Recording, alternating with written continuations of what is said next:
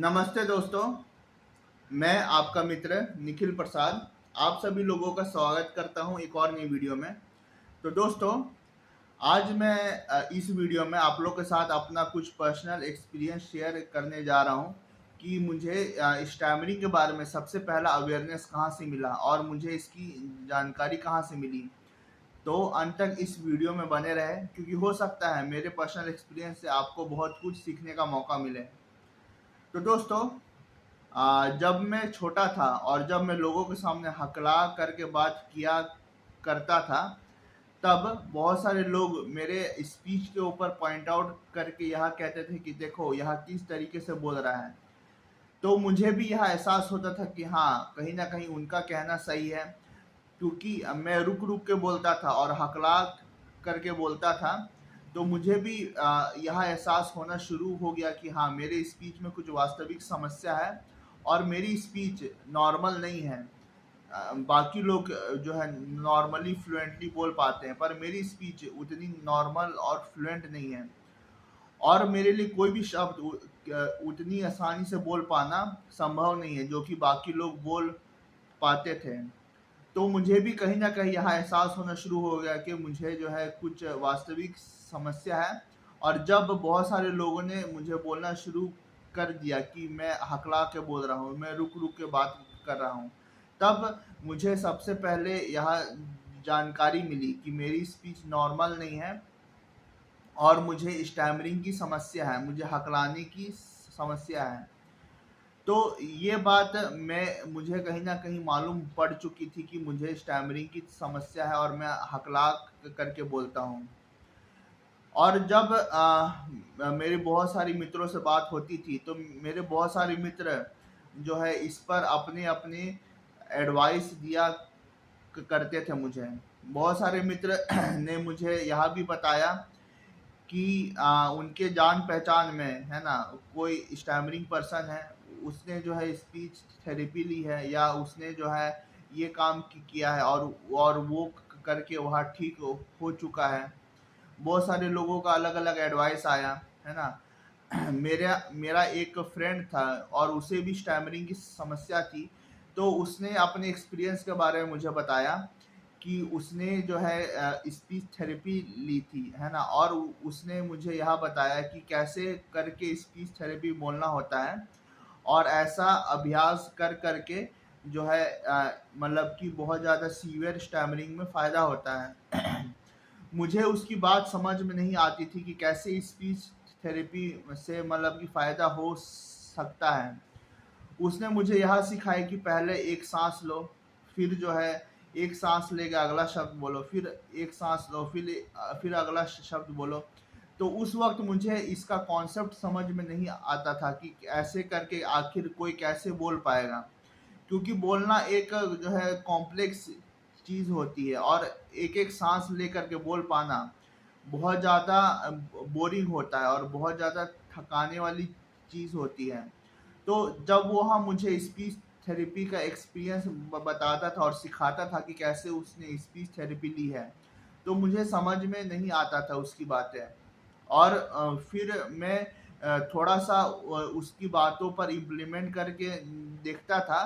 तो मैं देखता था कि यह मेरे लिए वर्क नहीं कर रहा है। फिर भी मैंने उससे बहुत कुछ सीखा है और उसने अपना एक्सपीरियंस मुझे बहुत अच्छे से बताया है कि कैसे उसे भी स्टैमरिंग की समस्या थी और उस वक्त भी स्कूल डेज में मैं भी वहाँ स्टैमर करके बोलता था, पर बहुत हद तक मुझसे बेहतर ढंग से वह बोल पाता था, क्योंकि उसने स्पीच थेरेपी भी ली हुई थी। तो स्पीच थेरेपी से उसे थोड़ा बहुत फ़ायदा हुआ था। तो वह अपना एक्सपीरियंस बताता था कि कैसे करके उसने स्पीच थेरेपी ली और कैसे उसे स्पीच थेरेपी से फ़ायदा हुआ। तो मैं उसकी बातों को इम्प्लीमेंट करके देखा कहीं न कहीं, पर मुझे यह फ़ील हुई कि यह मेरे लिए वर्क नहीं कर रहा है और फिर मैंने उसकी बातों को मानना छोड़ दिया। पर कहीं न कहीं मेरे मन में यह भी इच्छा थी कि कोई चीज़ मेरे हाथ में ऐसी लग जाए कि उसको अपना करके मैं स्टैमरिंग से बाहर निकल जाऊँ। जब मैं छोटा था तो बहुत सारे अन्य मित्र थे जो मेरा मज़ाक उड़ाते थे, पर बाद में जा करके वहाँ अपना एडवाइस भी दिया करते थे मुझे कि तुम जो है जोर जोर से बुक पढ़ो, है ना, कोई न्यूज़पेपर उठाओ या कोई बुक लो और उसे एक एक ही फ्लो में, है ना, जोर जोर से पढ़ने की कोशिश करो। अगर तुम रोज इसको करते हो तो तुम देखो कि तुम्हारी स्टैमरिंग प्रॉब्लम बहुत हद तक सॉल्व हो गई है। तो उसकी एडवाइस कहीं ना कहीं सही थी, क्योंकि मैं जब हकला हकला के उसके सामने बोलता था तो वह देखता था कि मैं बहुत ज़्यादा रुक रुक के बोल रहा हूँ। तो उसने मुझे यह एडवाइस किया था जब मैं छोटा था कि तुम कोई बुक उठाओ और ज़ोर ज़ोर से जो है एक सांस में तुम पढ़ने की कोशिश करो उस बुक को। तो कहीं ना कहीं मुझे उसकी भी बात समझ में नहीं आई थी, क्योंकि मैं छोटा था और मैं अपनी स्टैमरिंग को खुद से ऑब्जर्व नहीं कर पाता था, है ना। बाकी लोग जो मेरे अंदर ऑब्जर्व कर पा रहे हैं, मैं खुद की स्टैमरिंग को और खुद के पर्सनालिटी को उतनी अच्छी से ऑब्जर्व नहीं कर पाता था जो कि बाकी लोग कर पाते थे मेरे अंदर। तो उसकी एडवाइस कहीं ना कहीं सही थी, पर मेरे अंदर बहुत बहुत ज़्यादा आलस था और इस रीज़न से मैं किसी का भी एडवाइस को इम्प्लीमेंट नहीं करता था, क्योंकि मैं बहुत आलसी किस्म का था और मेरा यह आदत था, यह स्वभाव था कि जो जिस ढंग से चल रहा है उसको चलने दिया जाए। क्योंकि जो है मैं मेहनत करने से बचता था और मैं बस इसी उम्मीद में जीता था कि बस मेरी स्टैमरिंग यूं ही ठीक हो जाए। जबकि मुझे काफ़ी अच्छे अच्छे एडवाइस मिले थे।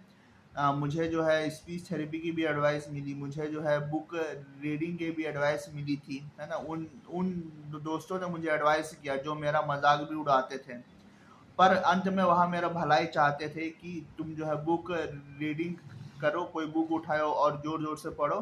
तो यहाँ रोज अगर तुम करते हो तो तुम्हारी स्टैमरिंग प्रॉब्लम ठीक हो जाएगी। पर मैं बहुत आलसी था और मैं किसी का बात सुनता नहीं था।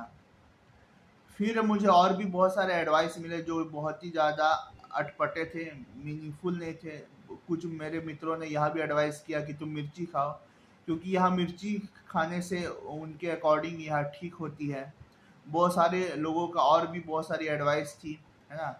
हाँ, तो सारे लोगों ने अपना अपना एडवाइस दिया, पर कुछ एडवाइस जो थे बहुत ज़्यादा मीनिंगफुल थे, इम्पैक्टफुल थे, जैसा कि मैंने बताया स्पीच थेरेपी और जो बुक रीडिंग एक्सरसाइज थी, प्रैक्टिस थी, है ना। तो अब सबसे पहले मुझे अवेयरनेस, है ना, इसकी जानकारी उन्हीं लोगों से मिली जिन लोगों के बीच में मैं खेलता था, पढ़ता था अपने स्कूल के मित्रों से। क्योंकि अगर आप किसी लोगों के बीच में अगर रह रहे हो, है ना, वक्त बिता रहे हो, तो उन्हीं लोगों से आपको अपने बारे में मालूम पड़ता है ना, कि आपके अंदर क्या खूबियां हैं और क्या कमी है। क्योंकि अगर आप खुद अकेले अकेले जी रहे हो तो आप अपने अंदर जो है, जो आपके अंदर कमी है, कोई जो परेशानी है, उसको आप ऑब्जर्व नहीं कर पाओगे और हमेशा आपको यहाँ फील होता रहेगा कि आप 100% ओके हो और आपके अंदर कोई भी प्रॉब्लम नहीं है ना, जो कि सच नहीं है।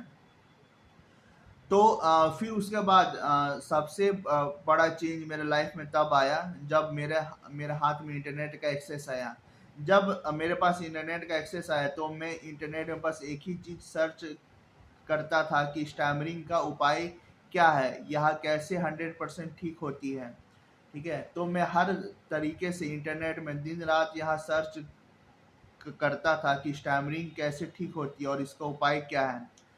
क्योंकि मैं चाहता था कि मुझे एक ऐसी औषधि मिल जाए, ऐसी दवाई मिल जाए या ऐसा उपाय मिल जाए कि उसको मैं अपना करके मैं रातों रात स्टैमरिंग को ठीक कर लूँ, है ना, जो संभव नहीं होता है।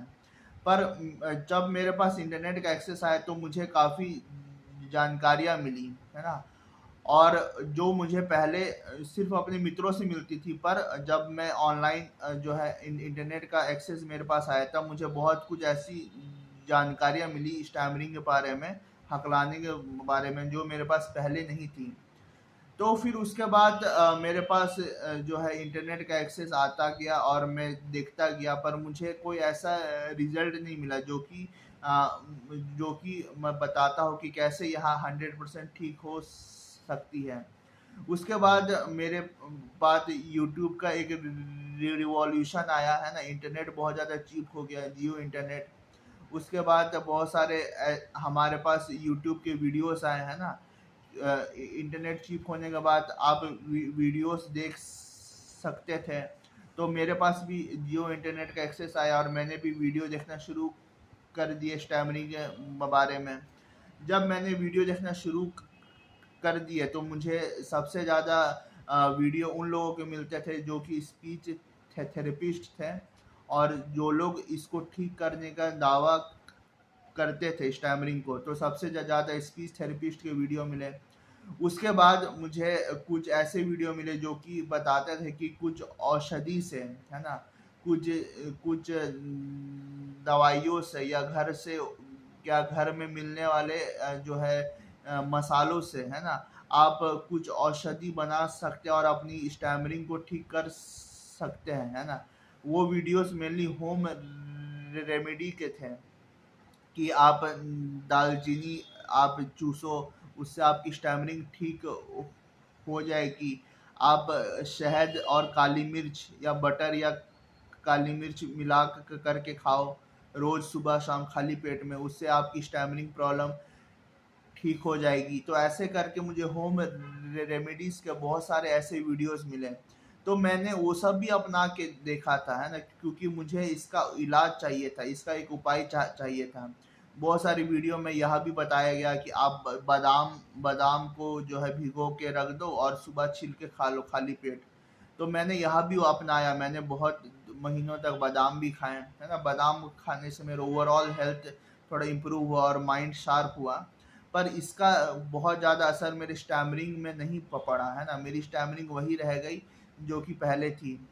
पर इंटरनेट से, यूट्यूब से मेरी एक उम्मीद बन गई कि हाँ, इसका कुछ ना कुछ उपाय होता होगा, है ना। पहले मेरे अंदर इतनी उम्मीद नहीं थी, पर इंटरनेट से और यूट्यूब से मेरे अंदर एक उम्मीद बन गई कि कुछ ना कुछ इसका उपाय तो होता ही होगा, है ना। और बहुत सारे लोगों का मैंने ऐसा इंटरव्यू देखा, है ना, बहुत सारे लोगों के बारे में जानने को मिला इंटरनेट के माध्यम से, जिन लोगों को पहले स्टैमरिंग की समस्या रही थी, पर अभी वहाँ अपनी मेहनत से, है ना, और अपने मनोबल से ठीक हो चुके हैं और अभी एक बहुत ही अच्छे स्पीकर हैं।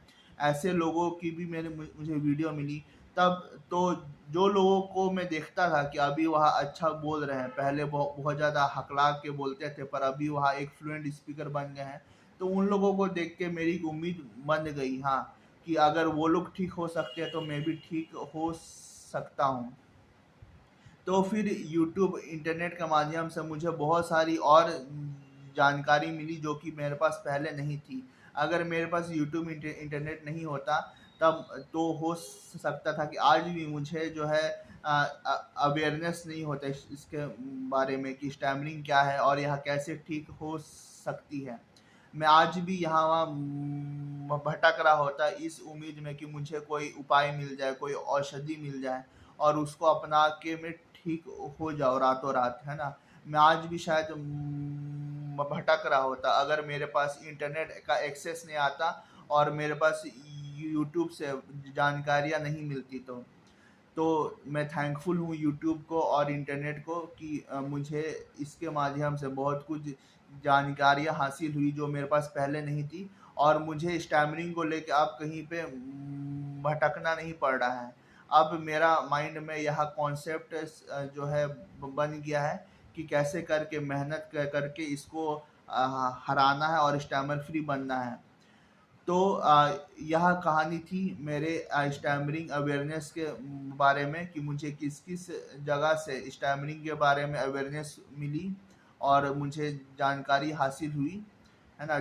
मुझे पहले से इसके बारे में बहुत कुछ जानकारी नहीं थी, पर इंटरनेट और यूट्यूब के बाद मुझे बहुत कुछ आइडिया हुआ, है ना, जो मेरे पास पहले नहीं था। मैं बहुत सारे ऐसे सेल्फ हेल्प ग्रुप का हिस्सा बन गया कि मुझे उससे बहुत कुछ और जानकारियाँ मिली और बहुत सारे उपाय मिले, है ना। बहुत सारे ऐसे टेक्निक सीखने को मिले कि जो मुझे पहले नहीं आते थे, और मेरा एक माइंडसेट चेंज हो गया उस SHG ग्रुप से जुड़ के, जैसे कि द इंडियन स्टैमरिंग एसोसिएशन। तो जैसे कि मैंने बताया, जैसे जैसे मैं इंटरनेट पे सर्च करता क्या स्टैमरिंग के बारे में, वैसे वैसे जो है मेरा कॉन्सेप्ट एक बनता गया, है ना, कैसे करके इससे बाहर निकलना है और कैसे एक स्टैमर फ्री लाइफ मुझे जीना है। तो करते करते करते करते मैं अब इस मुकाम तक पहुंच गया हूँ कि अब मैं जब बहुत ज़्यादा जो है मैं डर के सहम के नहीं रहता हूँ, और मुझे अगर स्टैमरिंग होती भी है तो मैं ज़्यादा डर के नहीं रहता हूँ, और द इंडियन स्टैमरिंग एसोसिएशन के बताए हुए रास्तों पर मैं चल रहा हूँ, आगे बढ़ रहा हूँ, और मैं अपनी स्टैमरिंग के ऊपर और काम कर रहा हूँ। तो बस दोस्तों, यह एक छोटी सी वीडियो थी मेरे स्टैमरिंग अवेयरनेस के बारे में, है ना, कि मुझे अवेयरनेस कहाँ कहाँ से मिली, और मुझे आखिरकार जो है इसका एक रास्ता, इसका एक उपाय कैसे मिला अपनी लाइफ में। तो दोस्तों, अगर आपको मेरा यह वीडियो पसंद आया तो मेरे वीडियो को लाइक करें, मेरे चैनल को सब्सक्राइब करें, और मेरा यह वीडियो अन्य मित्रों के साथ शेयर भी करें। बहुत बहुत धन्यवाद आप सभी लोगों का मेरा यह वीडियो अंत तक देखने के लिए। Thank you.